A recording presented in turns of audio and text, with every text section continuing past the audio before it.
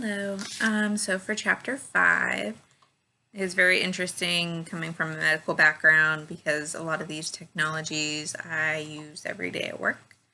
I thought was really interesting, good knowledge for me because I had no idea the breakdown of all the different insurance types that are out there between the HMOs and the PPOs and all that. So it's good to know for future reference if I ever have to decide between the HMO and a PPO what I want to have. I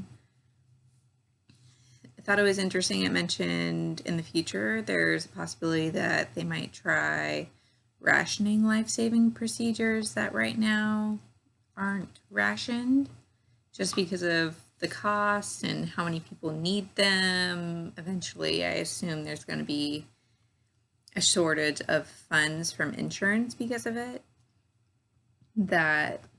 That's where the thought of possibly rationing those procedures and doctors having to make life and death decisions because insurance just can't always pay for that for everyone in the future because everyone in the baby boomers is getting to the age where they need those types of procedures.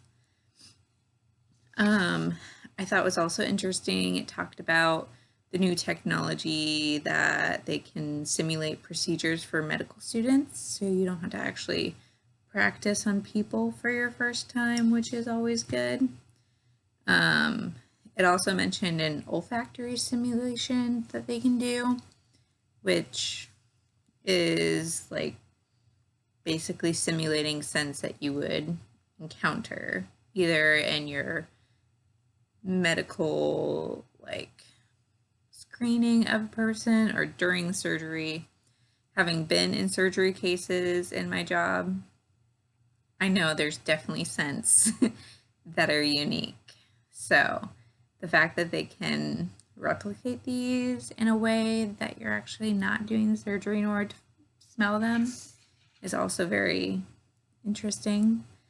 And then it went on to talk about like IVF and the genetics of how they do the in vitro stuff.